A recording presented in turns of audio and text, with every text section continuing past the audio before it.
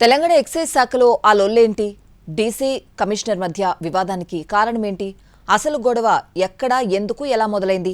దీనిపై లోకల్గా జరుగుతున్న చర్చ ఏంటి? ఇలాంటి ప్రశ్నలకు సమాధానాలు చూద్దాం.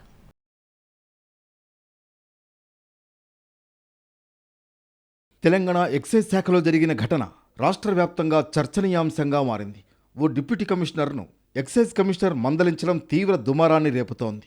ప్రస్తుతం ఎక్సైజ్ కానిస్టేబుళ్ల బదిలీల విషయంలో నిక్కచ్చిగా వ్యవహరించినందుకు కమిషనర్, కొందరు అధికారుల మధ్య వివాదం మొదలై అది గాలివానలా మారిందని తెలుస్తోంది.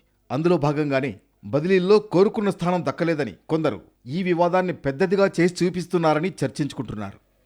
8 సంవత్సరాలుగా ఎక్సైజ్ శాఖలో కానిస్టేబుళ్లకు పదోన్నతులు, బదిలీలు లేకపోవడంతో వారు ఒకే చోట పనిచేస్తూ స్థానికంగా కింగ్ మేకర్లయ్యారు.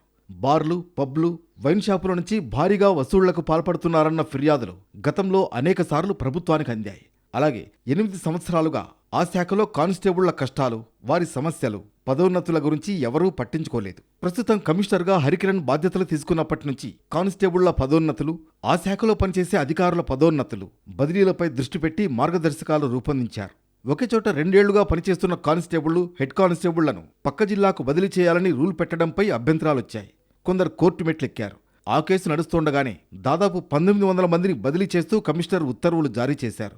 పొలిటీషియన్స్ సిఫార్సుల్ని కూడా ఆయన పక్కన పెట్టినట్లు తెలుస్తోంది. అలాగే ఈ నెలాఖరులోగా 94 మంది సిఐ స్థాయి నుంచి డీసీ వరకు బదిలీలు జరగనున్నాయి.